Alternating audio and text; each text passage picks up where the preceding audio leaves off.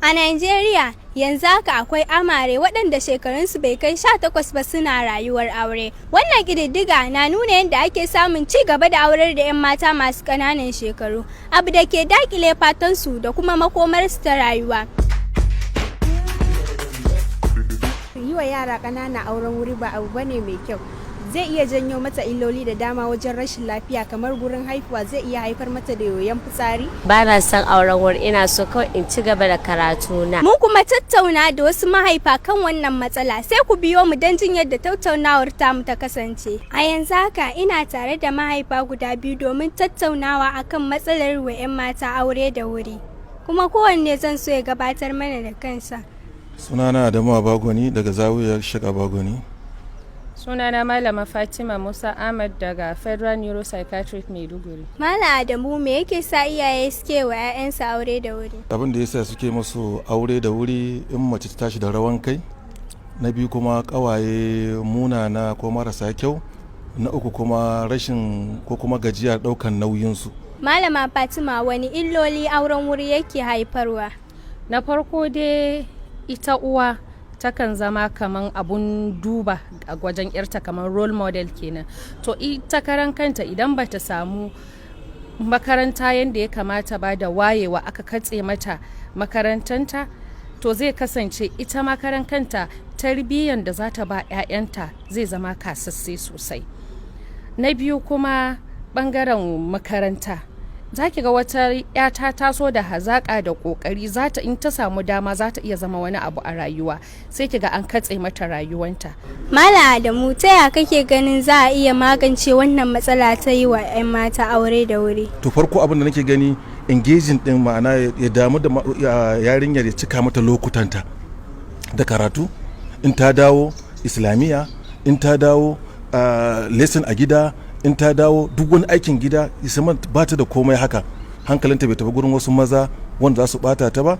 To idan muka yi haka, kuma sannan mu ci gaba da irin wannan abin da muke gani program din nan, shi zai taimaka. Malama Fatima, wani kalar rawa kike ganin iyaye za su taka game da auren wuri? Ya kamata ita uwa da karan kanta ma tukuna ya zamana tana da exposure, tana da experience da na addini da na boko yau da gobe mu'amalar da mutane. Kimanin kashi 44 daga cikin 100 na 'yan matan da ake auren su a Najeriya ba su kai shekaru 18 da hukumomi suka yarda a aurar da 'ya mace ba, kuma yawancin su ana cire su a makaranta. Kyale 'yan mata su kai lokacin da jikunansu za su yi kwari kafin a musu aure, hakan zai taimaka wajen samar da iyayen da za su iya bada tarbiyya ga 'ya'yansu.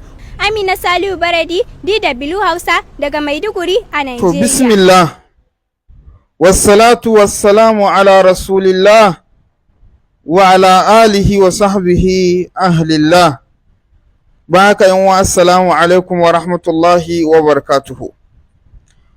Wato abin da zan ce anan shine, Turawa yayin da suka hana mata auren wuri a wajensu, da suka hana 'ya'yansu mata auren wuri, sai suka kalli zinace-zinace yayyawa a cikinsu, suka ga 'ya'yan zina sun yawaita a cikinsu.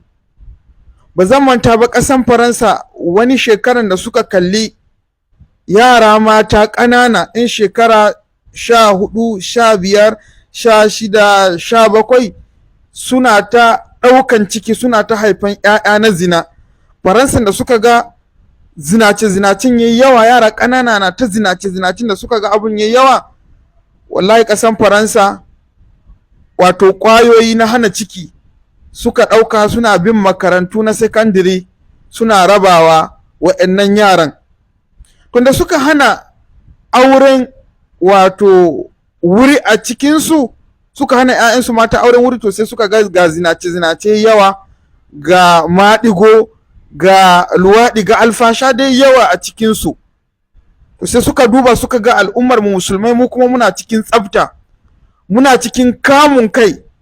To sai hasada ya kama su, suka fara tunani me ya kamata su yi don mu ma zina da alfasha yayi yawa a cikinmu, me kamata su yi domin 'ya'yan zina su yawanta a cikinmu mu ma.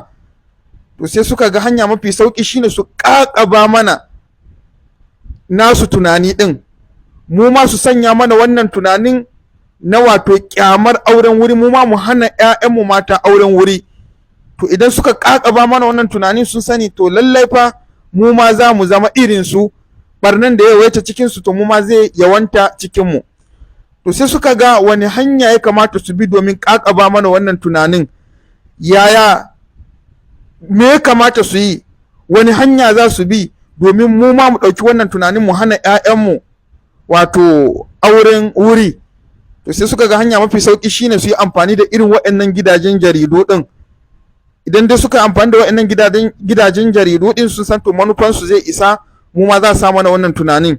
To shi yasa waɗannan gidajen jaridun ba za su yi ƙasa a gwiwa ba, lokaci bayan lokaci za su dinga yaɗa waɗannan bidiyoyi ɗin domin ƙoƙarin ƙaƙaba mana irin wancan tunani ɗin domin ɓata al'ummanmu, mu ma mu zama irin waɗancan. Ku iyaye ku sani, su turawa fan da suka hana 'ya'yansu mata auren wuri, to su fa zina a wajensu ba laifi ba ne.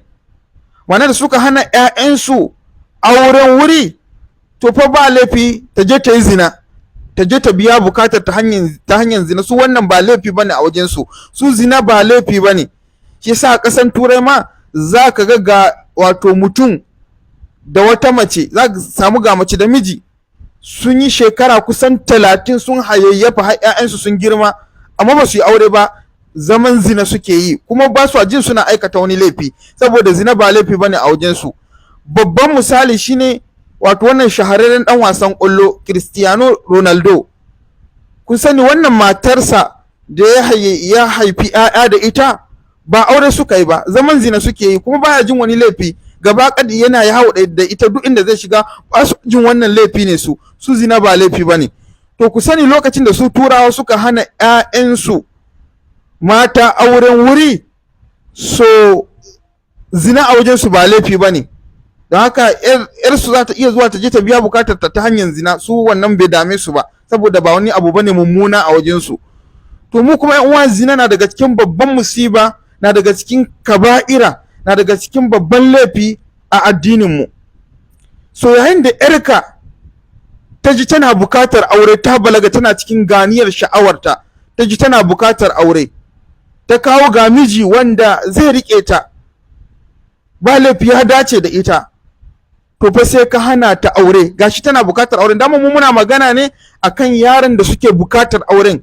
Da musulunci bai yarda da auren dole ba, yarka ba ta son aure ka tilasta ta kai mata aure, wannan da musulunci bai yarda da shi ba. Ba za a aure da yarinya ba, dama sai da mai izininta, kamar da ma'aiki sallallahu alaihi wasallam ya faɗa. So ga yarka tana so ta yi aure, gashi ta samu miji wanda ya dace da ita, zai rike ta, to sai fa ka hana ta aure. Da kai hana ta aure, to fa ka sani ka jefa ta cikin hadari ne, ɗayan uku za ta yi. Ko dai ta je ita ma ta faɗa cikin zinace, ta je tana zina, kai wasa ta kawo maka ɗan shege gida, ta kawo maka ɗan zina. Ko kuma ta je ta faɗa cikin maɗigo, muna cikin zamani ne na fitina, ta je ta samu su ƙawayen banza, ta faɗa cikin harka na maɗigo. Ko kuma ta je tana amfani da hannunta, tana biya wa kanta bukata, tana istimna'i, ta je tana istimna'i, kai baka sani ba, daga nan ka lalata mata rayuwa. Ko da ta yi aure ma ba za ta ji daɗin auren ba, saboda ta saba da biya wa kanta bukata. To gashi ta ce za ta yi aure, ka hana ta, ka lalata mata rayuwa. To su turawan da suka sako mana wannan tunanin, ku sani fa su zina ba laifi bane a wajensu. To shi yasa suke hana 'ya'yansu auren wuri, saboda me? Don yaran sun je sun yi zina, sun biya bukatar su, ba wani laifi bane. To mu kuma fa 'yan uwa, ba inda musulunci ya halatta wa mutum ya biya sha'awarsa sai ta hanyar aure. To gashi yarka tana so ta yi auren, kuma ka hana ta, ka ce ai bata girma ba, shekarunta kaɗan ne, kuma gashi tana cikin ganiyar sha'awarta lokacin balaga.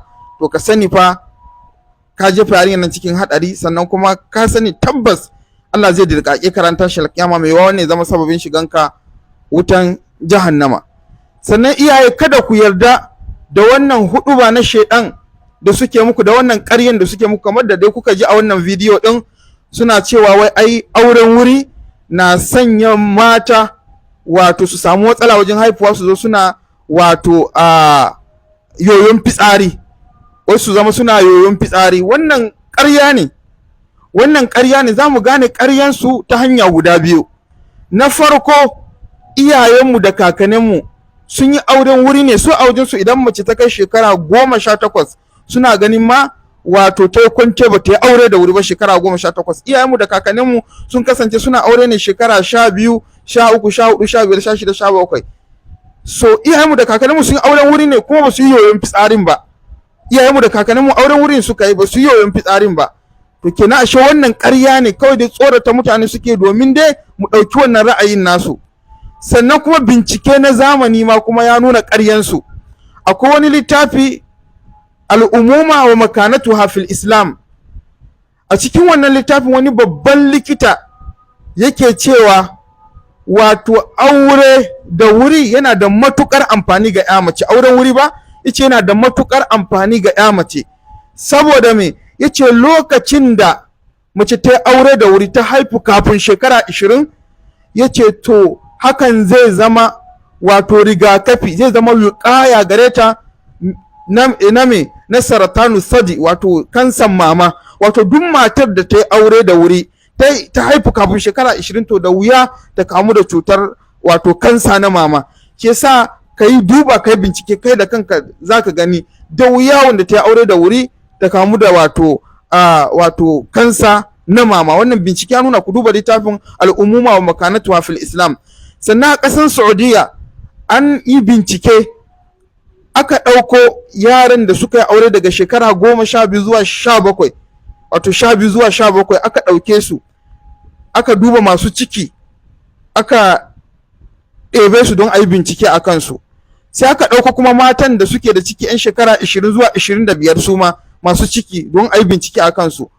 Da aka yi bincike sai aka ga wato matsaloli da mata masu shekara 20-25 suka fuskanta yayin ciki da haifuwa 'yan shekara 10-17 zuwa shekara 12 zuwa 17 su ba su fuskanci wannan matsalolin ba. Sai aka ga matsalolin 'yan 12-17 ya fi karanci, 'yan 20-25 matsalar da suka fuskanta yayin wato naƙuda da haifuwa nasu ya fi yawa 'yan 20-25 ɗin, amma 'yan 12 zuwa 17 to wallahi su aka ga matsalar da suka fuskanta yayin haifuwa kaɗan ne. Ku duba wato sahifatu Riyadh, wato wani majalla na Riyadh, ku duba sunan majallan kenan sahifatu Riyadh, ku duba wato adadi na wato 11,000 da wato 677 za ku ga wannan. Sai aka ga ba su fuskantar wani matsala. To kun ga ƙaryan waɗannan ya bayyana, ya nuna cewa dai lallai so suke dai su ƙaƙaba mana ra'ayinsu ne.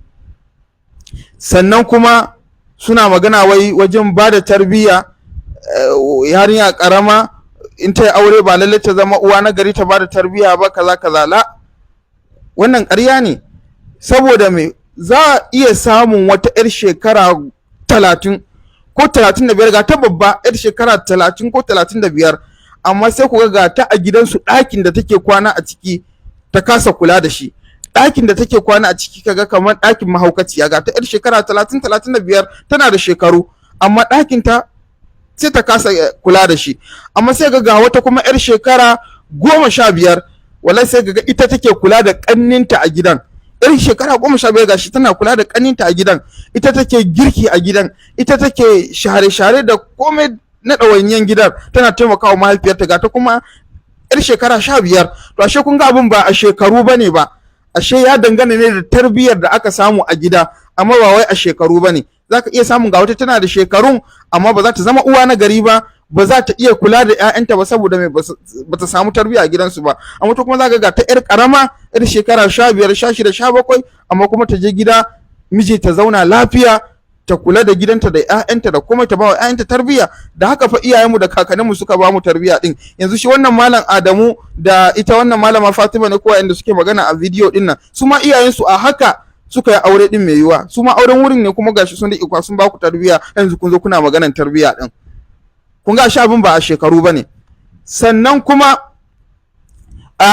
sun yi magana akan wai karatun ta zai tsaya. Ai aure baya hana karatu. Mata nawa ne mana bayan sun yi aure suka ci gaba da karatunsu har suka samu matsayi babba a karatu din, lafiya lau suka gama karatunsu suka zama abin alfahari. Bayan sun yi aure ne suka ci gaba da karatun kuma suka kammale. to wannan duk hudubobin shedan ne, ƙarya suke muku, don dai kawai mu ɗauki wancan ra'ayi ne na makiya addinin musulunci.